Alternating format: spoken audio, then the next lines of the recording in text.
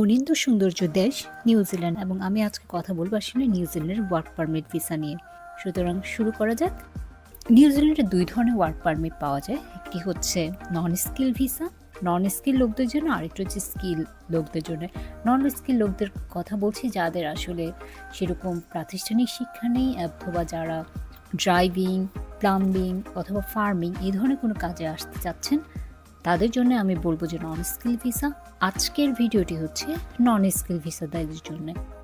আমার পরবর্তী ভিডিওতে থাকছে যারা স্কিল মাইগ্রেশন করবেন তারা কি করবেন সেই ভিডিও। নিউজিল্যান্ডে কি কি ওয়ার্ক ভিসা পাওয়া যায় সেটি দেখতে হলে আপনাকে যেতে হবে নিউজিল্যান্ড গভর্নমেন্টের এই ওয়েবসাইটে। আমি ওয়েবসাইটটির লিঙ্কটি আমার ভিডিও ডেসক্রিপশনে দিয়ে দিচ্ছি। আপনি সেই ওয়েবসাইটে গিয়ে প্রথমে বাংলাদেশ থেকে কি কি ভিসা দেওয়া যায় সেটি প্রথমে দেখে নেবেন। আমি প্রথমে বাংলাদেশ সিলেক্ট করলাম, তারপর 2 বছরের বেশি থাকা যায় এমন কোনো ভিসা কি কি ভিসা আছে সেটি সিলেক্ট করছি। তারপর যেটা দেখতে পাচ্ছি যে এখানে 26 ধরনের ভিসা দেওয়া হয় যারা বাংলাদেশ থেকে ওয়ার্ক ভিসা আসতে চাচ্ছেন। তার মধ্যে ধরেন আপনি কেয়ার ভিসা আসতে চাচ্ছেন, মানে যারা নার্স অথবা ডাক্তার তাদের কথা বলছেন। তারপরে যেগুলো হচ্ছে সবগুলি স্কিল মাইগ্রেন্ট, যেটা আমি পরবর্তী ভিডিওতে আলোচনা করব। তারপর ট্রান্সপোর্ট ওয়ার্ক, মানে যারা ড্রাইভিং ভিসাতে আসতে চাচ্ছেন তাদের জন্য। এই ভিসাটা রিসেন্টলি চেঞ্জ হয়েছে, ওরা হয়তো এখন চেঞ্জ করছে না, আর 2 মাস পরে এটি চেঞ্জ হয়ে যাবে। এখন থেকে যারা ড্রাইভিং ভিসা আসবেন তারা কিছুদিন পর থেকে আর রেসিডেন্সি, মানে একদম পার্মানেন্টলি নিউজিল্যান্ড থেকে যেতে পারবেন না। তারপর হচ্ছে ওয়ার্ক টু রেসিডেন্স ভিসা, সেটাও আসলে অনেকটা স্কিল মাইগ্রেশন করে যারা আসবেন তাদের জন্য। আপনাদের জন্য সবচেয়ে বেশি ইম্পর্টেন্ট যারা ড্রাইভিং, ফার্মিং এই ধরনের ভিসা আসতে চাচ্ছেন, নন স্কিল ভিসা, তার জন্য হচ্ছে অ্যাক্রিডেটেড এমপ্লয়ার ভিসা। তাছাড়াও আরও ভিসা যেটা আছে domestic, student work visa, post work study visa, এগুলো স্টুডেন্ট বা ডোমেস্টিক অন্য পার্টনার ভিসা, এগুলো অন্যদের জন্য। আমরা সেগুলোতে আর যাচ্ছি না। তো অনেকেই বলেন যে ফুড পিকিং বা সিজনাল ভিসা বাংলাদেশিদের জন্য এগুলো আছে কিনা। আসলে এই লিস্ট যদি দেখেন তাহলে আপনি নিজেই বুঝে যাবেন যে এই ধরনের ভিসাগুলো আসলে বাংলাদেশিদের জন্য না। এবার চলেন যে অ্যাক্রিডেটেড এমপ্লয়ার, মানে আপনার একটা এমপ্লয়ারের কাছ থেকে আগে একটা জব পেতে হবে। সেই ভিসা আমরা কি করে করবো সেটা একটু দেখি। তো আপনি যেটা দেখছেন যে এই ভিসায় আসলে আপনি 5 বছর থাকতে পারবেন এবং কস্ট হচ্ছে নিউজিল্যান্ড ডলারে 750, যেটা বাংলাদেশের টাকায় $80 টাকা করেও যদি ধরি তাহলে 60,000 টাকার মতো। তার সাথে আপনি ধরেন মেডিকেল ফি যোগ করলেন, এয়ার ফেয়ার যোগ করলেন, সেটা ধরেন আপনার 1.5-2 লাখ টাকার মধ্যে হয়ে যাওয়ার কথা। আমি অনেককেই শুনেছে বলতে যে 15-16 লাখ 14 লাখ টাকা দিচ্ছেন। আসলে সেই টাকাটা আসলে কারা নিচ্ছে? মিডলম্যানরা আসলে অনেক টাকাটা নিয়ে যাচ্ছে। যাই হোক, কারণ এর বাইরেও আরও কিছু কস্ট আছে, সেগুলো নিয়ে আরও পরবর্তীতে আলোচনা করব। বাট সব কিছু মিলে খরচ আসলে 3 থেকে 4 লাখের বেশি না। তো এই ভিসা প্রসেসিং করতে 6 সপ্তাহের মতো সময় লাগে।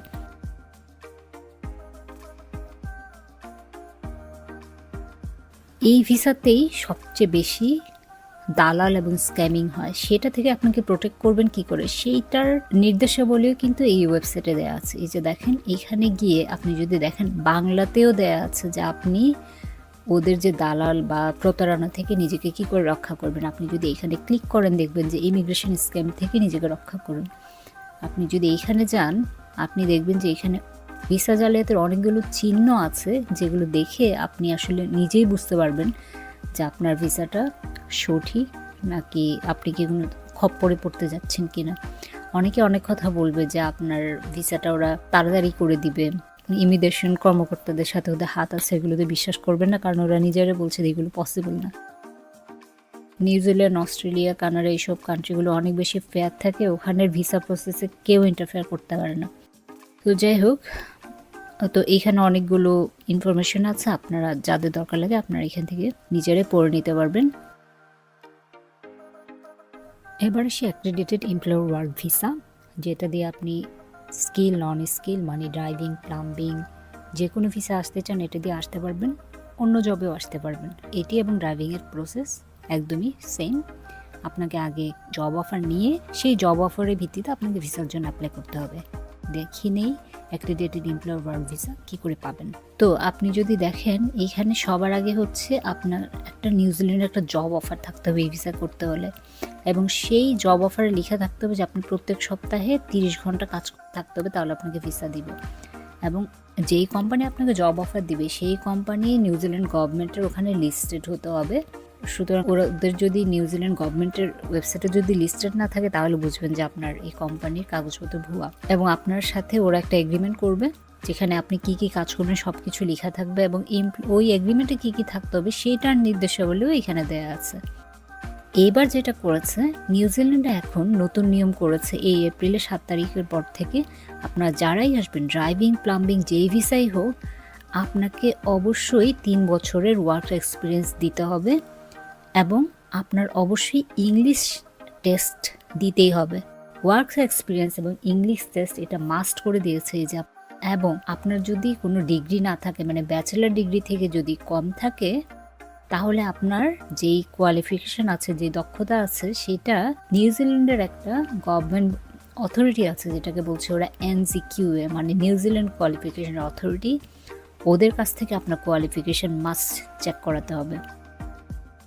তার মানে আগে থেকে এখন নিয়ম কিন্তু অনেক করা হয়ে গেছে। আগে আপনি ইংলিশ টেস্ট ছাড়া আসতে পারতেন, এখন আপনার অবশ্যই আপনার ইংলিশ টেস্ট দিতে হবে। আপনি সেটা যে কোনো জবে আসুক, এই যে দেখেন ইংলিশ রিকোয়ারমেন্টস, আপনার যদি রোল, মানে আপনি যদি প্লাম্বিং বা ড্রাইভিং এসবে আসেন তাহলে ওটা পড়ছে স্কিল লেভেল 4 এবং 5-এ, ওখানেও আপনাকে অবশ্যই ইংলিশ টেস্ট দিয়ে আসতে হচ্ছে এবং আপনার 3 বছর অভিজ্ঞতা দেখাতে হচ্ছে।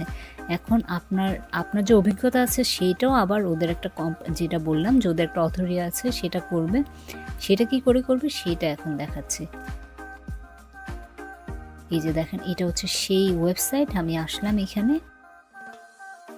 এটা হচ্ছে সেই ওয়েবসাইট, সেখানে হচ্ছে আপনার সব ইনফরমেশন দেওয়া আছে যে আপনি আসলে কি করে এখানে অ্যাপ্লাই করবেন। ওদের অ্যাপ্লিকেশন ফিটাও প্রায় $800 মতো। এখানে এসে আপনি এখানে স্টেপগুলো দেখে নেবেন। এবার আপনি কি করে আসলে জব, সবচেয়ে ইম্পর্টেন্ট যে ব্যাপারটা, যে জব কী করে পাবেন। এই যে এখানে দেখছেন আপনি হয়তো আপনার একটা সিভি বানাতে হবে, আপনি কি করে জব ইন্টারভিউ দেবেন সব ইনফরমেশন এখানে ওয়েবসাইটে দেওয়া আছে। এই ওয়েবসাইটের লিঙ্কও আমি ডিসক্রিপশনে দিয়ে দিচ্ছি।